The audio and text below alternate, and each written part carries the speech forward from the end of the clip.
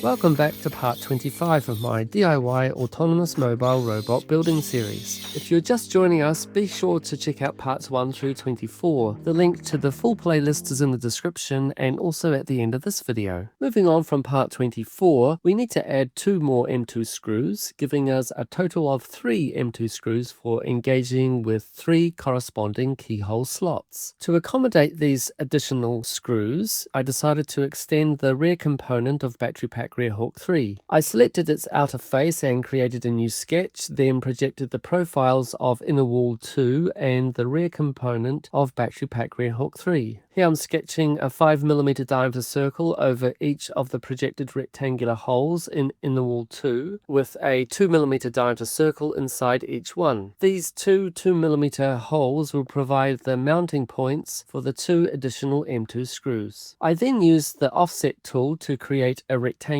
profile around the projected rectangular hole, offset by -4mm, and the fillet tool to add 3mm radius fillets to each corner. I repeated the same process for the projected rectangular hole on the right. Before going any further, I isolated battery pack rear hook 3. I sketched an 8mm diameter circle around the existing 3mm diameter hole to form a boss, then used the line tool to connect the rear rectangular structure to the rear component of battery pack rear hook 3 and the front rectangular structure to the rear rectangular structure. I added 0.2mm of clearance around each rectangular hole using the offset tool. I then sketched an 8mm diameter circle and constrained it to be tangent to the underside of the upper rectangular hole projected from inner wall 2. This circular section will act as a guide or stay. I converted the circle to construction geometry and created a smaller 7.6mm diameter circle inside it to provide a small amount of clearance. I then used the line tool to complete the profile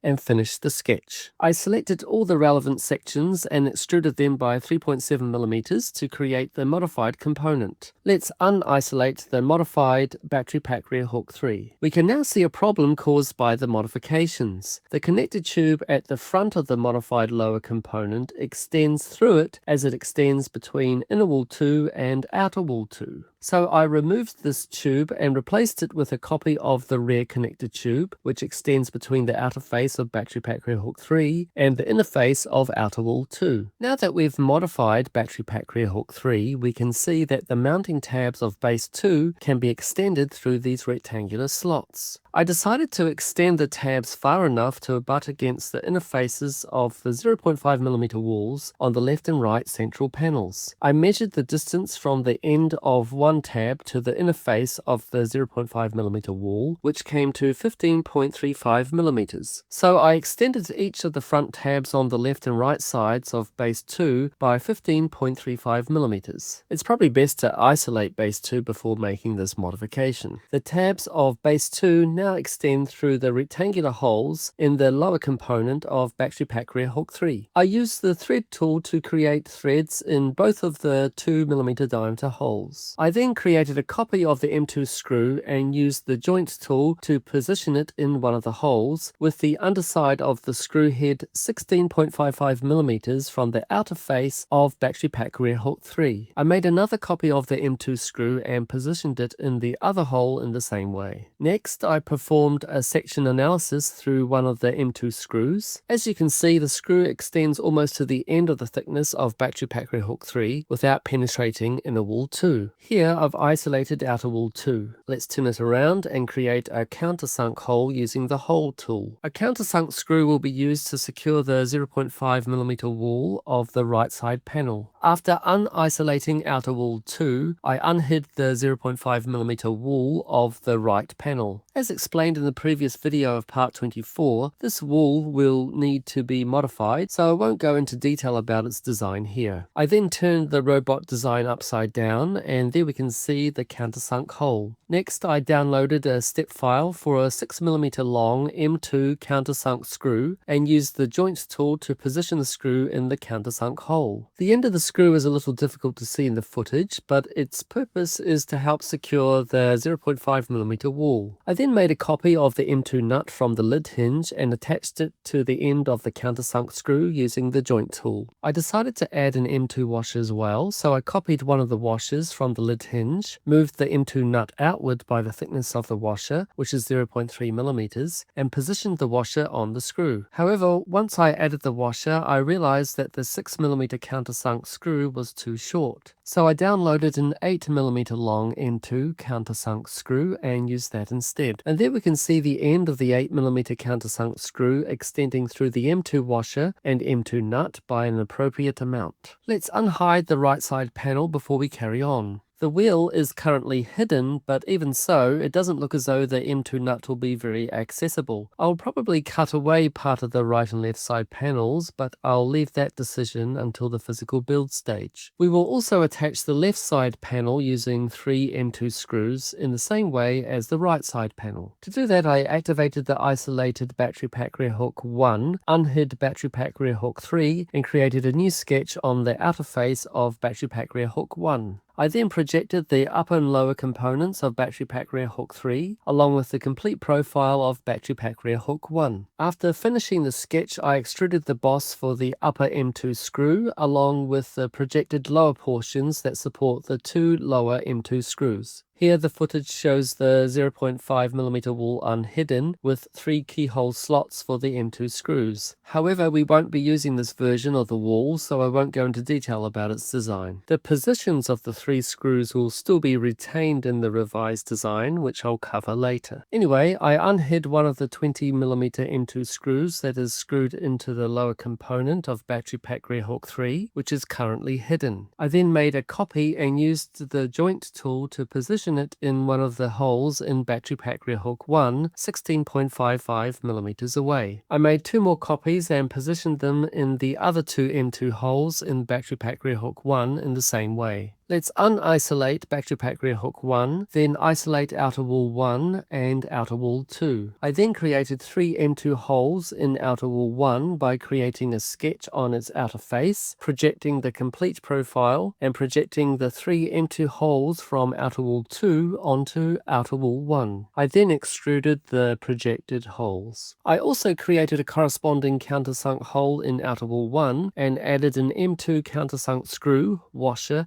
and nut using the same arrangement as on outer wall 2. Anyway, we won't do any more work on the left and right side panels until I show you how I revised the keyholes in each of the 0.5mm walls. Here the right side panel is hidden, revealing outer wall 2, while center left and center right panels are unhidden. Let's hide outer wall 2 for the moment. I needed to modify the 0.5mm wall of each center panel so that the center panel can first slide into position and then be secured with the 3 M2 screws I mentioned earlier. So I created a sketch on the outer face of the 0.5mm wall of the center right panel. I then unhid outer wall 2 again and projected its profile onto the 0.5mm wall. Next, I created a slot-shaped construction line around the 2 adjacent M2 screws, along with a construction circle around the upper M2 screw. At this point, I noticed that there wasn't much clearance between the middle M2 screw and the rectangular slot in outer wall 2 that accommodates base 4. So I quickly redesigned the relevant portions of base 4, moving the outer tab slightly further toward the rear. I then modified the corresponding rectangular slots in outer walls 1 and 2. And there we can see that both the outer tab of base 4 and the rectangular slot are now positioned further away from the middle M2 screw than before. So we'll hide outer wall 2 for now and continue working on the 0.5mm wall of the center right panel. Here the modified rectangular slot has been projected onto the 0.5mm wall. I isolated the center right panel and used the extrude tool to create the corresponding rectangular slot through the wall. I decided to design the 0.5mm walls of the center left and center right panels so that they can slide into position from above in a vertical direction. I converted part of the slot-shaped construction geometry into solid lines, allowing me to use part of that shape to define the 0.5mm wall. However, the wall needs to clear the upper M3 bolt as the center right panel slides down into position. So I sketched a 7.5mm circle around the upper M3 bolt. I then sketched the shape of the 0.5mm wall, allowing it to move vertically past the upper M3 bolt and the tab of base 4, while still providing material around the upper M2 screw and the rear lower M2 screw. I designed the wall to curve around the various obstacles, including the circuit board holder and the M3 bolts. However, I couldn't provide enough material for the lower middle M2 screw because it aligned with the upper M3 bolt and was also very close to the rectangular slot. So rather than trying to work around both obstacles, I decided to avoid the rectangular slot almost entirely and designed the 0.5mm wall to be secured by the lower rear M2 screw and the upper M2 screw. After extruding away the excess material, the basic profile immediately takes shape. Once I had more or less finished the basic design of the 0.5mm wall for the center right panel, I mirrored it onto the 0.5mm wall of the center left panel. However, the center right panel still needed a little more modification to provide adequate clearance for the rectangular tab of base 4. I also made the same adjustment to the 0.5mm wall of the center left panel. However, unlike the center right panel, there is no upper M3 bolt passing through the 0.5mm wall of the center left panel, so the middle M2 screw has no obstruction. This allowed me to restore the upper portion of the wall and create a tab for the middle M2 screw. So as you can see, the center left panel can now be attached to the robot chassis at 3 points using the 3 M2 screws. However, the tab for the middle M2 screw coincides exactly with the face of the left component of base 4. To provide clearance, I projected the profile of the 0.5mm wall view from above onto the left component of base 4 and then removed a 0.5mm section. This creates enough space for the tab on the 0.5mm wall of the center left panel. So there we can see that the tab for the middle M2 screw no longer interferes with the face of the left component of base 4. I also needed to create a cutout in the 0.5mm wall to clear the end of the front M3 bolt and its connector tube, which has an outer diameter of 4mm. I created a new sketch and drew a 4.4mm diameter circle around the end of the M3 bolt.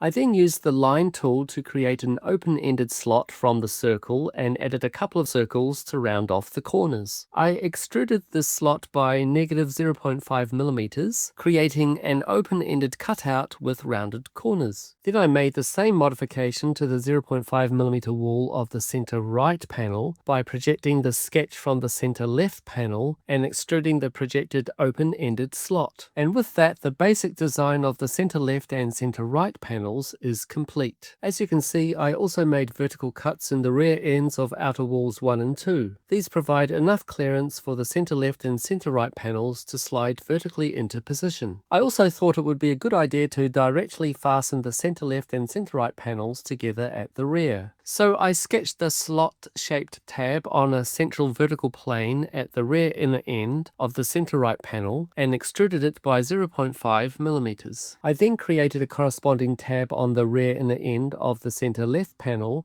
by projecting the profile of the original tab and extruding it by 0.5mm in the same way. Here we can see the two inner tabs facing each other at the rear of the center left and center right panels. I then sketched the profile for a 0.5mm thick web to provide some additional strength. Finally, I used the cut operation of the combine tool to cut the web to match the profile of the center left panel, and then removed the excess material. So there we have the web nicely formed. I then sketched the 2mm diameter upper and lower holes in the inner tab and cut them through using the extrude tool. I did the same to the slot-shaped tab at the rear inner end of the center right panel too. Next, I downloaded an M2 nylon screw and an M2 nylon washer from McMaster Car. I positioned them in the upper hole and applied a black pigment. I then made a copy of both the M2 nylon screw and washer and positioned them in the lower hole. Finally, I downloaded an M2 nylon nut from McMaster Car and positioned it on the end of the upper screw, then made a copy of the nut for the lower screw. The center left and right panels are now securely connected to each other at the rear. Click here for part 26. If the link isn't showing up yet, part 26 isn't quite ready, but it should be ready soon. Be sure to check the description for my exact upload schedule. Thank you for watching.